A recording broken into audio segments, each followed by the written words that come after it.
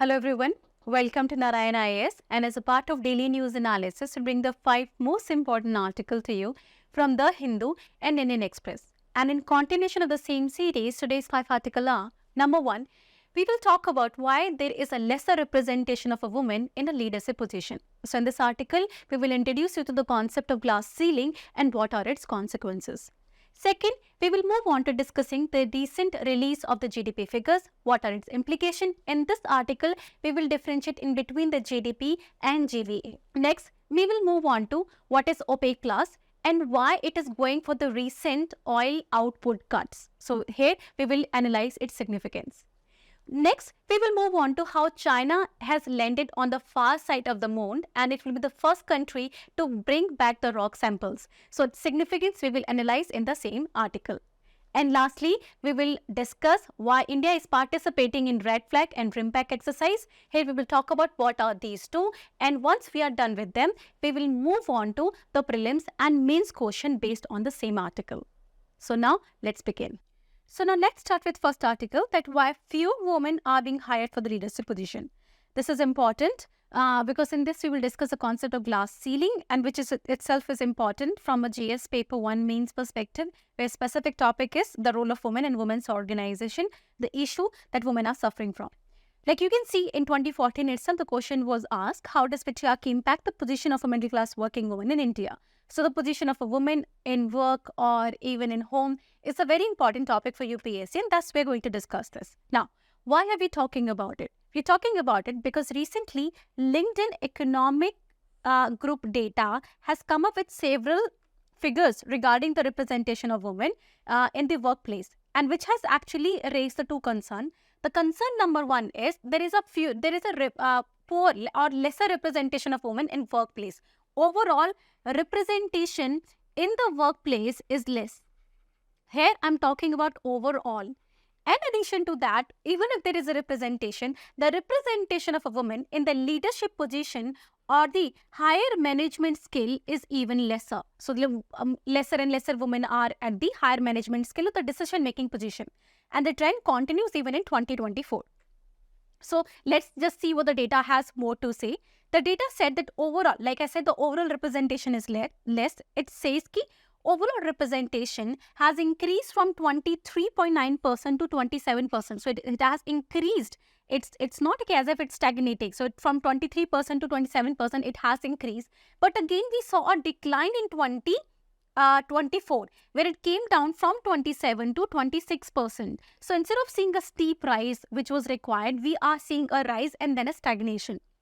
Same scenario we can see even a leadership position, that though the number of women in a leadership position are rising, but their pace is very slow. So here the problem is the pace is very slow, which is actually 1% every 4 years. Every 4 years only 1% increase in the women in the leadership position.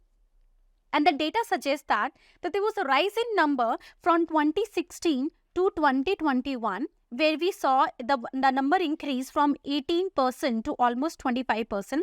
But then there was again a decline. So what we are witnessing in 2024 is that there is the representation of women is also rising, so or declining, and so is a woman in leadership position.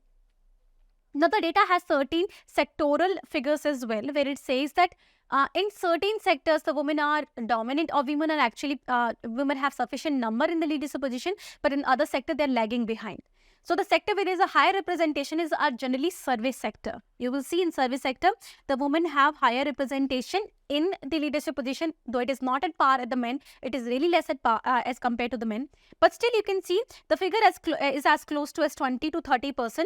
But in the education sector, we see the highest presentation of the 30%, because of course there is a stereotyping. Certain sectors are more favored for the women. That's what we believe. So here the sector I'm talking about is healthcare, education, administration, and support services. Now, few sectors actually attract lesser and lesser number of women, as well as lesser number of women in leadership position. And that's mainly your manufacturing sector or your industrial sector. Here you can see oil, gas, mining, construction, wholesale, manufacturing, transportation, real estate, wherever we see if the physical power is needed, or maybe the woman is her security is not very safe, either the woman does not voluntarily participate, or actually she's not considered for such role. So here you can see there is low representation, as close as 11, only 11 to 14% women are in leadership role in these sector. Now there are certain sector where there is a mid-level representation that include the food, financial services, retail, technology. So overall, whenever it comes to service sector, the women representation is from the middle to the good representation. Now this brings us to the concept of glass ceiling, because the question is why there is a lesser representation of a woman in a higher management position. Now, this low representation of women is often explained by the glass ceiling. Now, glass ceiling is what? It's basically a metaphor which represents the invisible barrier against women who's trying to get ahead in her career. So, example, there's a representation, woman is trying to get ahead in her career, but there is a glass ceiling, invisible barrier. That means that it is not official, there is no tangible barrier against her. It's not written in documents or anywhere. It's actually based on biases, or imaginary stereotypes that are responsible for her, for not promoting her. So, example I take over here is a woman is a deputy manager of certain department. And now there is a position of the senior manager or even a vice president that is available for the woman. It's a management position. She's moving from the lower level to the higher level. Now there is a men contender, and then there is a female contender. So general tendency among the recruiters is what? They will consider men before the women. This concept of, which is, it's not written, both are equally capable, but yet the recruiters will favor men over the women. This entire concept is called glass ceiling. It applies in case of even other minorities as well, but here we are talking specifically about the women. Okay, now why does that happen? First of all, our entire social structure is as such, as it creates multiple barriers, social constraints against her taking the higher position. Reason being, because we have a social norm that men will take men will be the breadwinner, they will take the leadership position, whereas a woman has to take the reproductive and child care role. That's her role. So then there is a skepticism in the upper management that if we give the upper management position to a woman, she will prioritize her domestic responsibility over the office. Given the fact though she is very capable and she has given the good result, but there is an skepticism, there is a prejudices against the woman. And this prejudices is not limited to that. There is also stereotyping which actually doubts her capability, and especially her capability to exercise authority. It is believed that higher management require you to have some sort of authority, discipline the entire team, and bring a teamwork as well, team effort as well. And it is being believed that woman is not capable of it, and thus this prejudices is also responsible for not promoting the woman to the higher authority. In sense, like you have seen in ethics as well, that woman is considered as more emotional and not rational, and woman generally does not exercise authority. Here what we do is we give more importance to IQ over the EQ.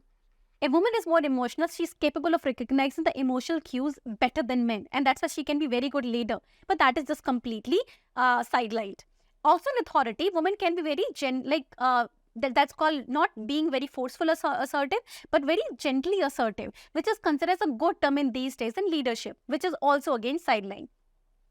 The third reason is psychological barrier. As a result of patriarchy of years, women have actually started doubting their own self-confidence. They don't measure their self-esteem well, and thus they do not actually negotiate for the higher management position. So that's the psychological barrier part of the women also. Next is, there are fewer opportunities. Because of the deep-rooted biases, the more opportunities go to the men. They have a deeper network by which they can grab those opportunities, whereas a woman have a lesser network and actually lesser opportunities to climb up the hierarchy.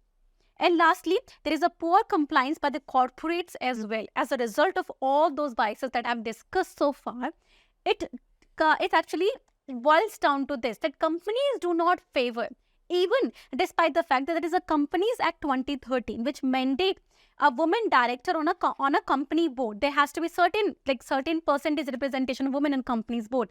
Yet majorities of the companies are not complying to it. You can see that in between April 2018 to almost December 2023, 507 companies were fined for non-compliance, 90% of which were listed companies. 90% of listed companies are not complying with it. This is the extent to which companies do not comply with the regulations that are brought by the government.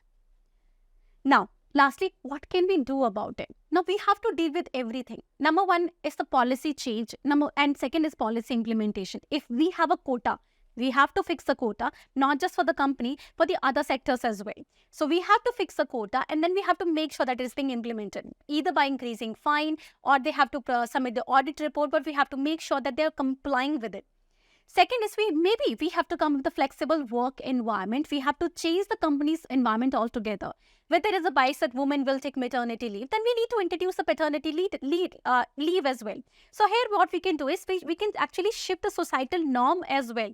Even at household, there can be shared responsibility. So we can deal with such biases. Because right now what we believe, women, that's a responsibility for women. But if we actually promote the paternal leave as well, now the responsibility has to be shared with them. So they also have to be given leave like that, and they also need to share the responsibility at home, because of which we can deal biases from home itself.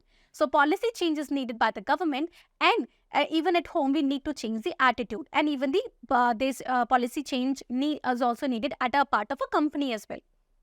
Second is attitudinal change in company. How do we bring it? Now, we need to bring mentorship and sponsorship program for the women. Those women who lack confidence, who are capable but don't have the confidence, they can be connected to the women who are already in a higher position, and they can act their mentor, and thus you can actually very crucial step in their career development.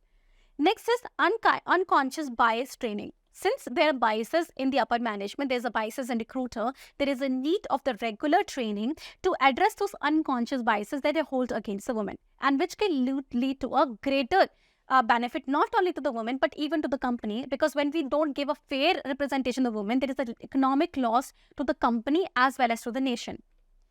So now even government is also making changes in that regard. We have started the concept of women-led development. Even the United Nations is also talking about it, and we should also be driven by the same idea, because it is very important to create a gender equal society which includes inclusive development. That is what our target is.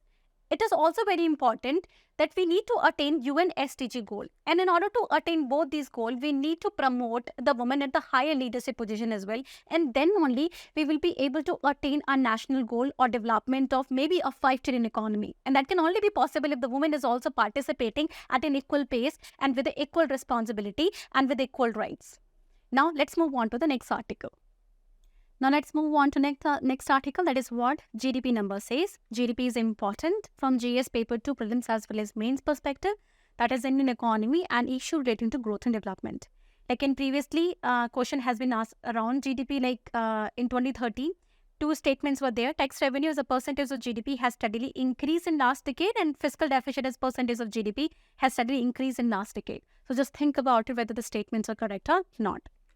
Moving ahead, why are we talking about this? Because recently GDP data was released, and it showed actually multiple picture. Overall, what is the size and the growth of Indian economy, as well as what is the sectoral growth. So when it comes to overall India's growth, it says it has been impressive. We have reached 8.2% against 7% in 2023. So our GDP growth rate is 8%, which is good. But it has when we saw the figures, especially in detail, like we say, devil lies in detail. When we saw detail, there are certain concerns as well. Now let us move on. First, let's see what does the data says. Now, there is a sectoral data as well, which says the agriculture growth is muted. That means it's not performing really well. It's not improving. And the reason perhaps the poor monsoon presentation, and we are dependent on monsoon. We haven't invested much in the micro irrigation facilities. Second is manufacturing. Our manufacturing sector has recovered. That's a good news. It has a growth rate of 9.9%. Service sector also has a significant growth with 7.6%. There is some moderation in the quarter 4, and overall, in construction sector, there is also robust growth of 9.9%. That means the infrastructure is also becoming better and better, which is a positive, optimistic news for India. Now, moving on to the expenditure analysis, when you look for that, because we're going to discuss the significance of all of it. The private expenditure has become modest to 3.8%. That means it is slowest in the last 2 decades, which is not good for us. Because remember, for any country, output is very important. Income is very important, but it is dependent upon the income of a country is dependent upon, if you see, number 1 is the demand, which is basically represented by the expenditure. And number 2, it's basically supply. That means how much production is there, how much producers are supplying. Now, private consumption is less. That means the demand is less. Private consumption is less means expenditure is also going to be the less. The demand is less. If the demand side is suffering, it's not good for any economy. So it is a bad news for us. Second is investment. Now, we have seen an increase in investment in 9%. Investment means who does the investment? Investment means the supply will increase. Producer does the investment. So this is the second side of the story that I'm telling you, that investment has increased, but investment comes from the government as well as the private sector. Here, what you see as major investment has come from the increase in investment by the government sector, which you can see the central government has increased by 28% and state government investment has increased by 33%. Now, that shows the supply side, but the problem is, where is the private investment? The private investment is also needed. We cannot neglect that, because generally government represents a small part of, like, only a significant part of economy, but it's not the entire part. Private sector investment is the one that actually creates a catapult for the economic growth. So that's a concern. Next, lastly, is export. The third concern that you can see is export, where we see a weak growth in export. And it's not because of the weakness in an economy. It's mainly because of the global economy is going through a kind of a slowdown.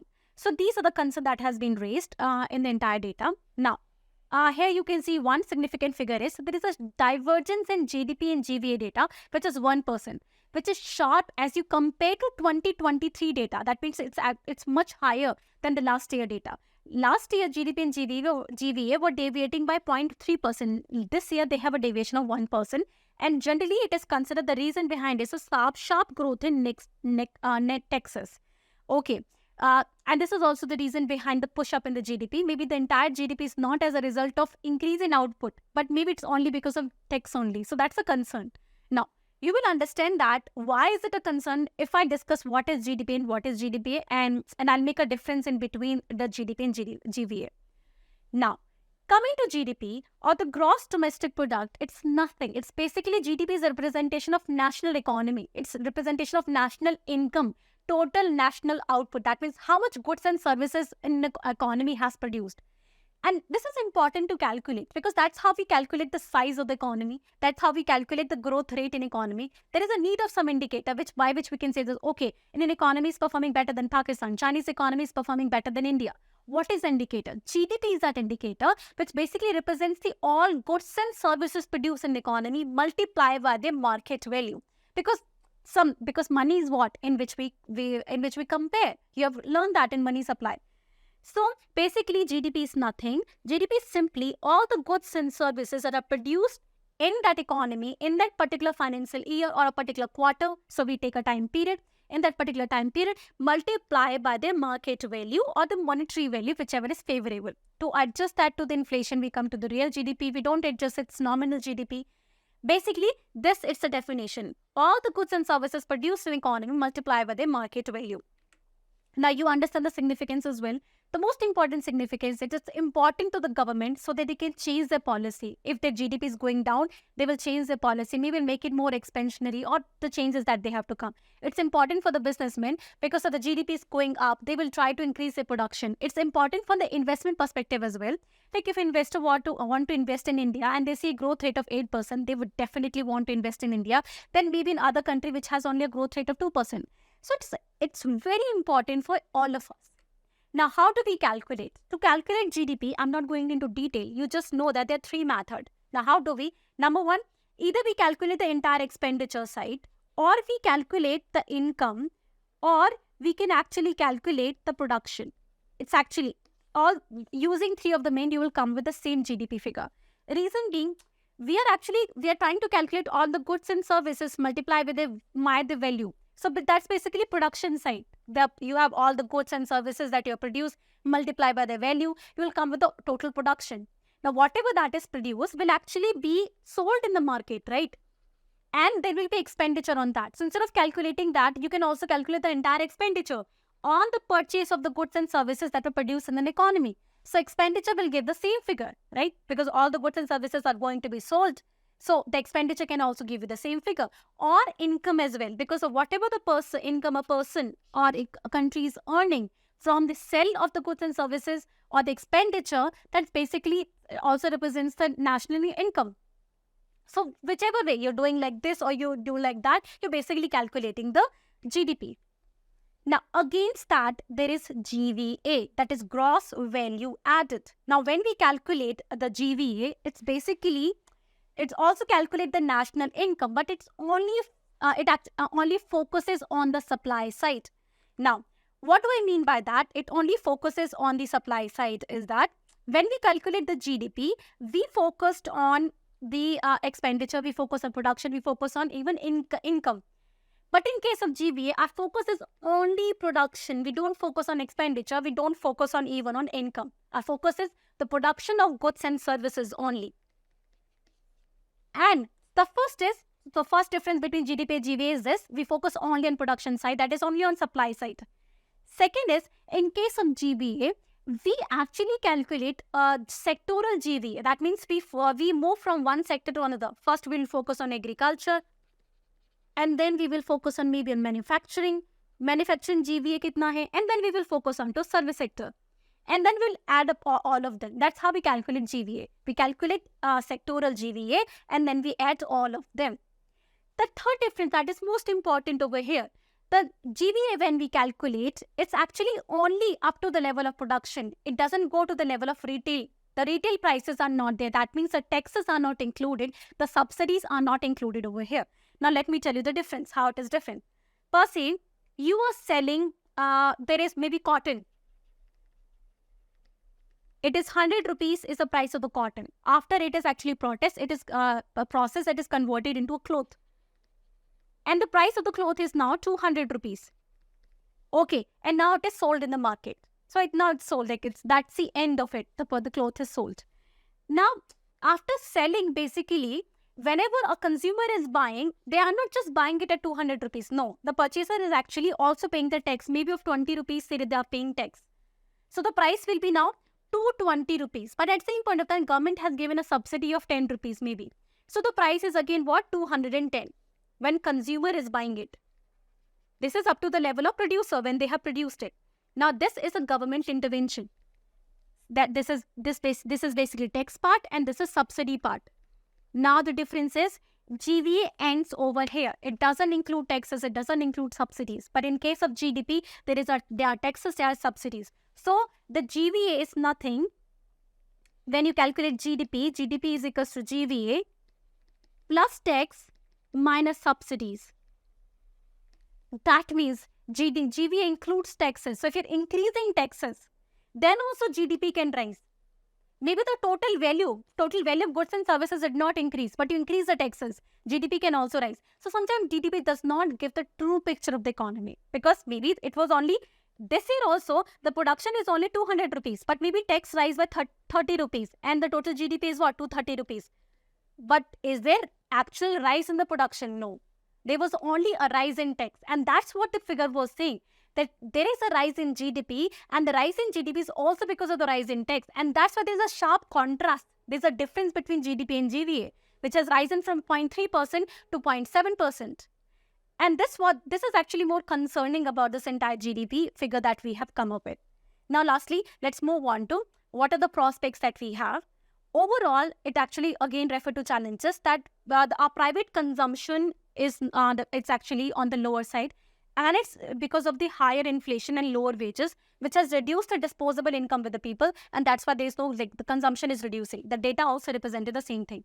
Second is, it is also lower because of the lower employment level. We need to improve the employment, but employment is lower, especially in IT sector where we are witnessing recession. Next, third is the private, the capex cycle. Oh, that means we're talking about the private investment. Government investment has increased, but the private investment is not taking place, despite the fact that their balance sheet is really good and the capacity is also really good, but they are not investing generally because of the policy uncertainty and because of maybe they're worried about how much economic stability is there in the country. And lastly, on the global front also, we are witnessing lot of turmoil, be that Russian, like Ukraine crisis, be that recent the Israel crisis that we saw. So because of the global instability, Indian manufacturing sector is impacted a lot. So what can we do? Number one, we need to focus on private investment, in which specifically the lower income group has to be targeted, where what we can do is we can reduce the inflation so that they can have a higher disposable income. They can increase their wage as well.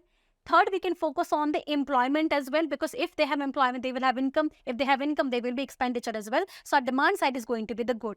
So we have to focus upon the higher employment potential sector in here, like apparel or the leather industry per se. Last two, the suggestion is improving the private investment, because definitely government investment is good, but it cannot replace the private investment, which is important. And for there, we need to address a structural issue that include like regulatory ease of development. Regulatory pressure has to come down, and then we have to actually, the policy certainty should be there, and thus overall we have to boost investment in investors' confidence. And lastly, we have to leverage the global opportunity. We have to prepare ourselves, make our economy more resilient against the global shock. Instead, invest in the skills of the Indians and even on a manufacturing capacity, so that we can compete against the global uncertainty. In fact, use it to our leverage. Per se, US imposed duties on the Chinese good. If our sector is performing good, we can actually create a market for our goods in the US market right now. So that's how we can leverage the global opportunities in our favor. Lastly, all we can say is that GDP is very impressive. There are certain things which need to be done in order to sustain this particular growth. So for the focus area is number one, the consumption revival, improving employment, and overall fostering the private investment. So with this, we are done with this article. Now let's move on to the next one.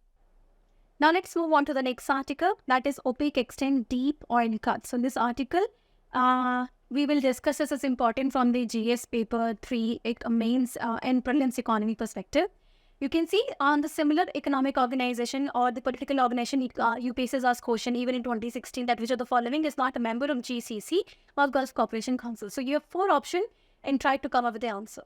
Now, let's moving on to OPEC. Why are we talking about this? OPEC or Organization of the Petroleum Exporting Countries are in news because they have decided to cut the oil production.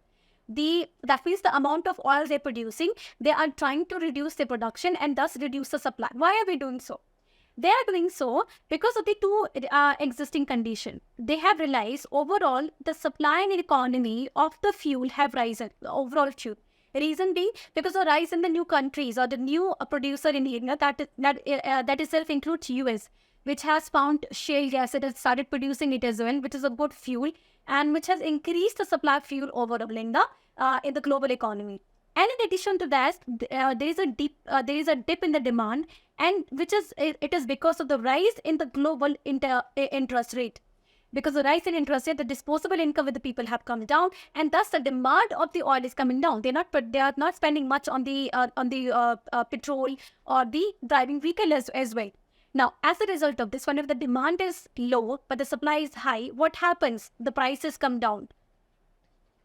The prices come down. The producer don't fetch much price for the same good. Now, OPEC are what? They're basically oil producing companies. They're not happy with the entire scenario. So what are the options that are available with them? Being a producer, the option that is available with them is to reduce their own supply in order to fetch the fair prices. And that's what OPEC countries are doing right now. Now, the question is, what are OPEC now? You should know. OPEC is nothing. It is a permanent intergovernmental organization created in 1960s by the Baghdad Conference by the 5 countries mainly that include Iran, Iraq, Kuwait, Saudi Arabia, and Venezuela. And their purpose was basically the same thing, to stabilize the oil prices, petroleum prices, in order to fetch a fair and good prices for themselves. That's the main objective. And driven to that, they also want that the investor, those investing in petroleum, get the fair return. So if you're getting the fair prices, the investor will get the fair return. And overall, the added objective is there is a continuous and stable supply of petroleum to the consuming nations. So stable petroleum supply, that's the main objective. Overall, this is what they're more concerned about, being a producer.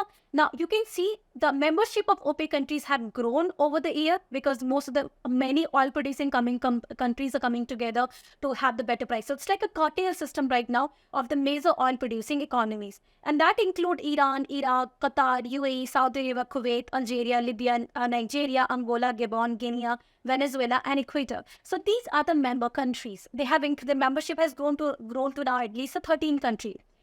They are significant and they're important because they are responsible for the 30% of world crude oil production, with the Saudi Arabia itself is the single largest supplier of the oil across the world. They produce nearly 10 million barrel a day. If you see that they actually come up with many significant reports as well. The most significant you can see is World Oil Outlook. Its headquarters is in Vienna, Austria. Okay. Now, what is OPEC Plus? Now, OPEC Plus was formed in 2016 because of the excess supply of the oil by the US. Like I said, the US over the year has found shell inputs in their own economy, and it is utilizing that. It is producing more and more fuel, because of which it has become less and less dependent on OPEC country, because of which the global supply is the globally there is a more supply of the fuel. Now, as a result of this, the price for dwindling. Now, in order to deal with the scenario, more and more oil-producing countries came together. That include OPEC countries as well as the non-OPEC members.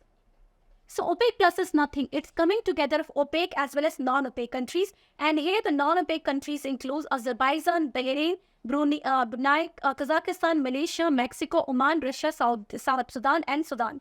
And their objective is again to stabilize the prices, to bring stability to oil market prices. Now, OPEC countries, they contribute to 40% of the world crude oil production, and they have control over the 80% of proven oil reserves. So they have a significant control of the petroleum market. So this is a representation of the OPEC countries as well as the non-OPEC nation that have come together to form the OPEC Plus. With this, we're done with this article. Now let's move on to the next one. Moving on to next article, that is China lands on the moon's far side in historical sample retrieval. This is important from the GS paper 3 science and tech perspective. And even same question was asked in 2016, that what is Greece Lightning 10, which was recently in news, whether it is an electric plane tested by NASA, solar powered 2-seater aircraft designed by Japan, space observatory of China, or reusable rocket launched by ISRO. So the question like this can be asked, especially the mission that are launched by the various country. Hey, you should remember, why are we talking about this? Because China has launched an uncrewed spacecraft Chang'e 6 on the far side of the moon. Just remember, Chang'e series is basically the series of the China that are trying to launch, or actually it's basically a moon exploration mission. Like in case of India, the series is Chandrayaan. Chandrayaan is basically dedicated to doing the same thing. In case of China, the counterpart is Chang'e. So they are Chang'e 1, 2, 3, 4, 5, 6. Now Chang'e 6. Now, the feat that is achieved by Chang'e 6 is it was able to launch on the far side of the moon. Now, why is it important? You can see, let's understand what is the far side of the moon. Now, you can see this is the Earth.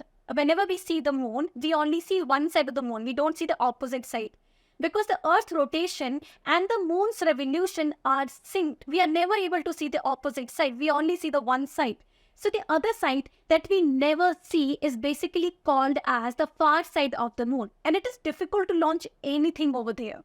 The reason being, because it is on far side, the communication is very difficult with the side. Like antenna is over there. We can't reach easily. The signal, the communication, everything is difficult. As a result, the robots that are going to be land on that side, it's become very difficult to communicate with them. So achieving that is a very important feat for China. And they have done so by using their Long March 5x8 rocket, which is one of the most powerful rocket that China has right now. Now, this mission, it's not only significant in terms of that they have gone to the far side of the moon, because this is the second mission in which China has done the same. Why this is significant? Because first time someone or any country will be bringing the rock and soil sample from the far side. Last time they just reached over there. This time, they will go over there and bring back the rock and soil sample from the moon's dark hemisphere. So, the first feat is going over there, which they've already done. Second is bringing the sample back from it. So, that's why it is a very significant achievement in case of India. In case of China, and no other country have done so far. Okay.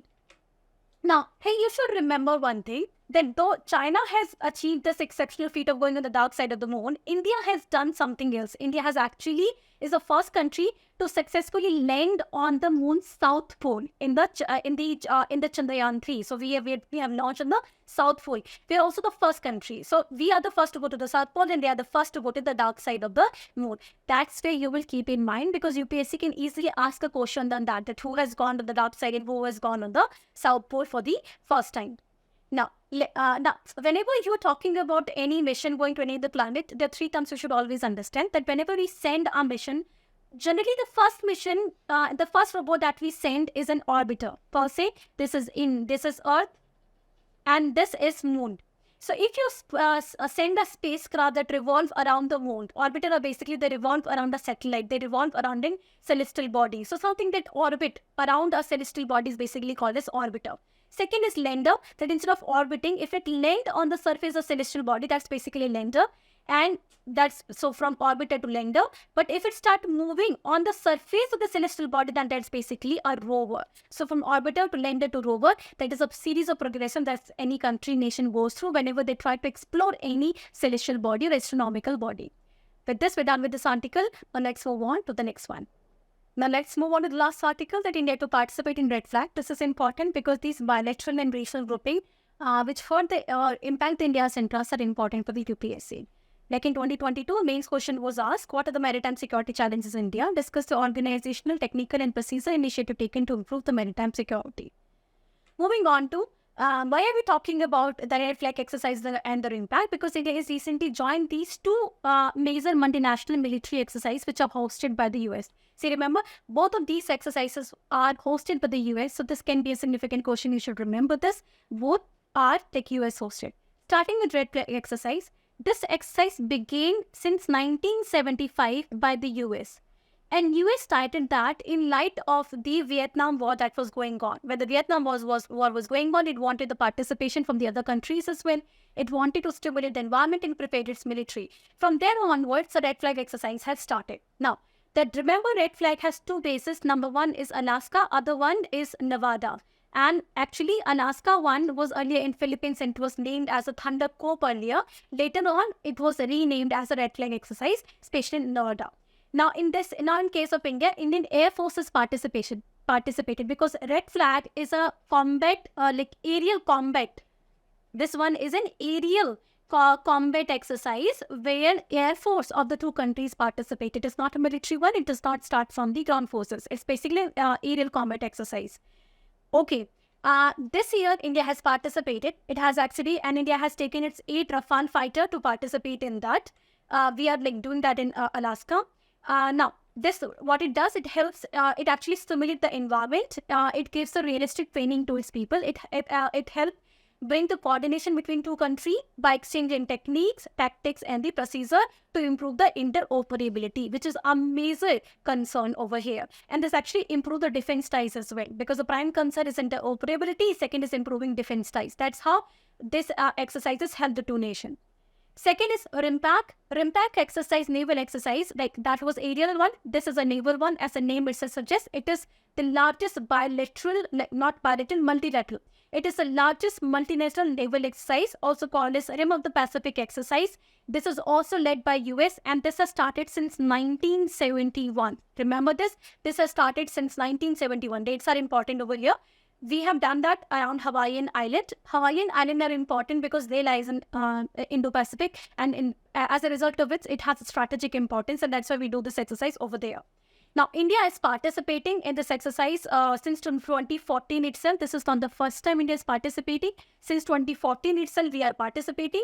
And ever since then, like this year, our various, the India INS Shivalik has participated. Okay.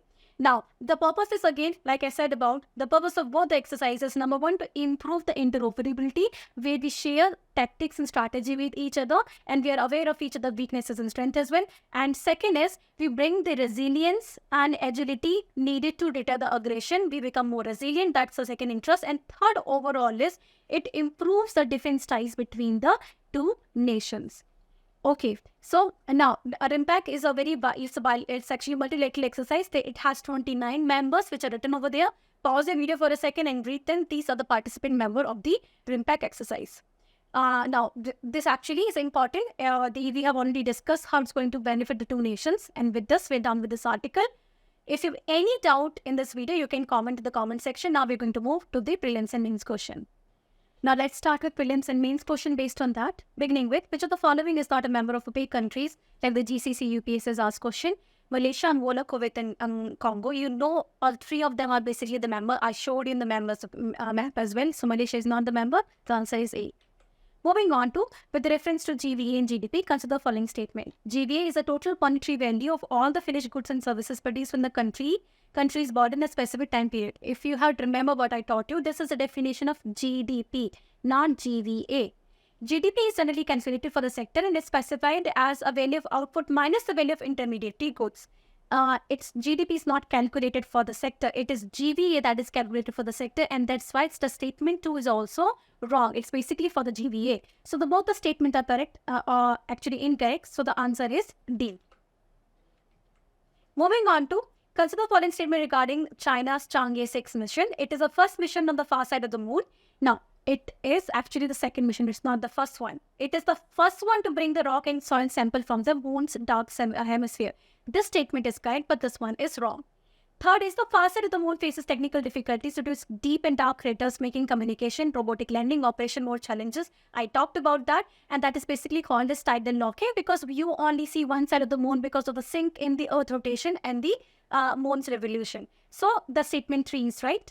And the fourth is, Chang'e 6 spacecraft was launched aboard a long March 5Y rocket. We have discussed about that. The statement is also correct. So how many statements are correct? 3 statements are correct. Your answer is going to be C. Moving to, what is the primary purpose of the impact? To conduct advanced combat air training for multinational crew, enhance naval operation, maritime security through interoperability and readiness among participation. And this was basically what we talked about. To provide disaster relief. Neither this nor red flag war for the disaster relief, so the statement is wrong. Simulate the ground operation and urban warfare tactics in the realistic combat. I said the ground is not over there. This is not ground one. This is the air combat. This statement is also wrong. So the answer is going to be B in here. Moving on to, what is the primary purpose of red flag? To provide humanitarian aid, disaster relief. I said neither of them are actually basically functioning for this. To enhance joint naval operation, maritime security in Pacific region, to a certain extent you can say that. To integrate air crew in multinational environment for air combat training, this was actually its objective. And to combat counter-terrorism, this was not dedicated to combat terrorism. So this statement 4 is also wrong. Your answer is going to be C. You may have a confusion between B and C, but C is the one that is written over there. Lastly, mains question. What do you understand by the term glass ceiling, and hence how it has hampered the women's participation in the high-level management or leadership position? What measures can be taken by the government to address this? Now you can see it has various parts. The part number 1, that is basically body is introduction itself. In the introduction, you will talk about number 1, what is glass ceiling? That is an invisible metaphor which represents an invisible barrier where the women are not allowed to succeed to the high leadership position, because they're existing barrier. So then in body part 2, you will talk about what are the barriers. You will see the reason behind the glass ceiling. That is basically, they have discussed how it hampers women participation. How the women participation is not over there. Now for that, you will give the data in the introduction itself. How data suggests that women participation in various sectors is low. It is actually it's not increasing. It's only rising at 1% every 4 years. And then body part 2, you will talk about, like part 1 you have discussed about this, and part 2 you will talk about what is the impact and what can be done. What are the measures that can be taken? Because the question is, what measures can be taken by the government to address this? So body part 2, you will talk about the measures or suggestions that can be taken to improve the participation. And lastly, in conclusion, you will talk about why it is important to be done in order to attain the SDG Goal 5, which talk about the gender equality. You need to actually work on it. Also to create a gender equal society and to have better economic and social benefit in society, we need to work upon that. And that's how we will conclude this question. Now with this, we are done with the entire video. And thank you for watching this video.